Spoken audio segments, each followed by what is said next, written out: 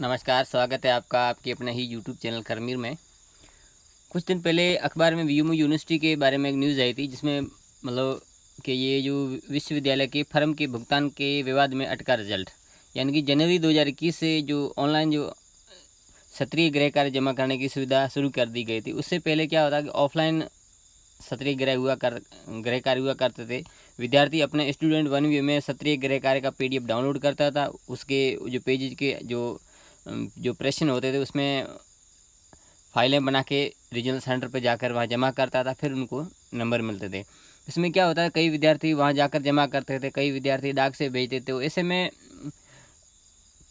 बहुत सारे विद्यार्थियों के पहुँच नहीं पाते थे, लेट हो जाता, कई सारी दिक्कतें होती थी। तो बहुत सारी यूनिवर्सिटी ऐसी जो ऑनलाइन भी ये कराती है, तो उसी तर्ज पर वीयूमू ने भी ये काम शुरू किया था। लेकिन भुगतान के संदर्भ में जो फर्म है उनका और इनके भुगतान में कुछ विवाद पड़ गया, तो उस वजह से वो उस संबंधित जो फर्म ने वो काम आगे किया नहीं।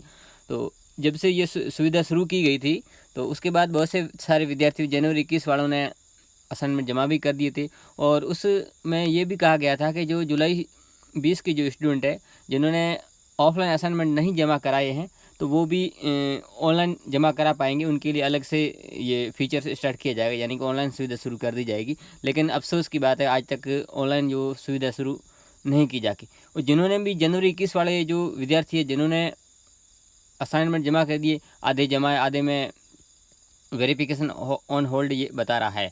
तो इस न्यूज़ के बाद यूनिवर्सिटी ने भी अपनी पहल शुरू कर दी है। 22 सितंबर 2022 को एक ऑफिशियली का ये कार्यालय आदेश है, यानी कार्यालय के अंदर ही, इसको सार्वजनिक नहीं किया गया है, ये ग्रुपों के माध्यम से ये खबर आ रही है।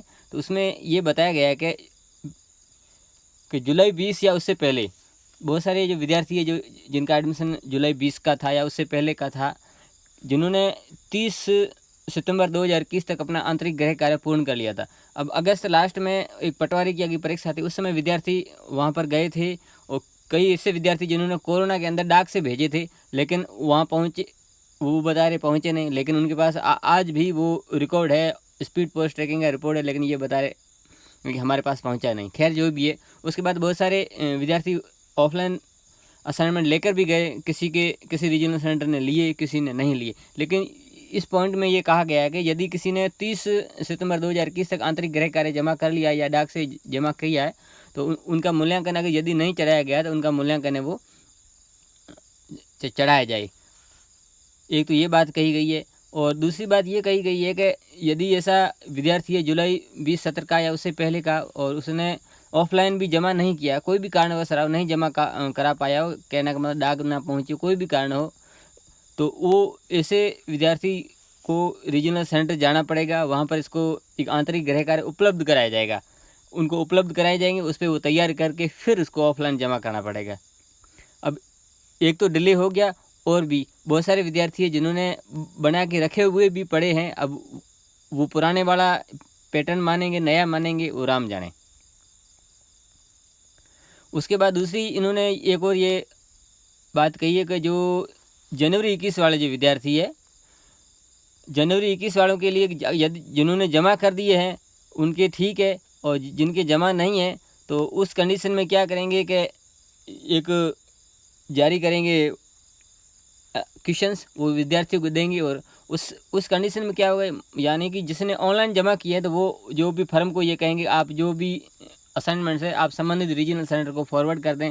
और रीजनल सेंटर पर इसमें ये आप लाइन देख सकते हैं, स्कैनिंग एंड एडिटिंग का काम होगा। अब स्कैनिंग एडिटिंग ये कंप्यूटराइज तो है नहीं, जो भी है उसकी एक आदमी बैठेगा कंप्यूटर पे और PDF देखेगा वो, और उसके आंसर्स नंबर दे देगा। जो भी उनकी ऑफिशियल कार्रवाई है, इस तरह से ये मूल्यांकन वो किया जाएगा। ये लंबी चौड़ी बहुत सारी भाषाएं ना तो हमें समझ में आती है, नहीं हमें कभी आई है, नहीं आएगी, लेकिन एक मूल जो जानकारी है ये तो जुलाई 20 की मैंने बता दी। अब जनवरी 21 में के विद्यार्थी जिन्होंने आंतरिक गृह कार्य जमा नहीं किया है, परंतु विद्यार्थी को मूल्यांकन अंकों की अत्यधिक आवश्यकता पूर्ण परीक्षा परिणाम हेतु हो, तो ऐसे विद्यार्थियों की अत्यावश्यकता का परीक्षण क्षेत्रीय केंद्र द्वारा किया जाएगा।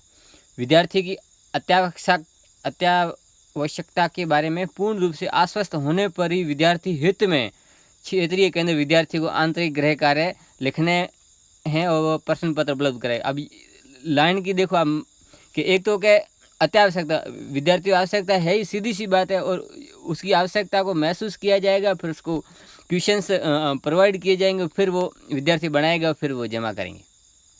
जिसने नहीं किया है और जिसने जमा मतलब ऑफलाइन कर दिया है, सॉरी ऑनलाइन कर दिया है, तो वो फॉरवर्ड कर दिए जाएंगे। ऐसे आंतरिक गृह कार्यों को लिखकर भेजकर विद्यार्थी रीजनल सेंटर पर जमा करवा देंगे, तब रीजनल सेंटर द्वारा उन्हें ऑफलाइन मूल्यांकन कर अंकों को पोर्टल पर वेरीफाई और वैलिडेट किया जाएगा। और दूसरा एक है, इसी के बारे में बताया गया है, जनवरी 21 वालों के विद्यार्थी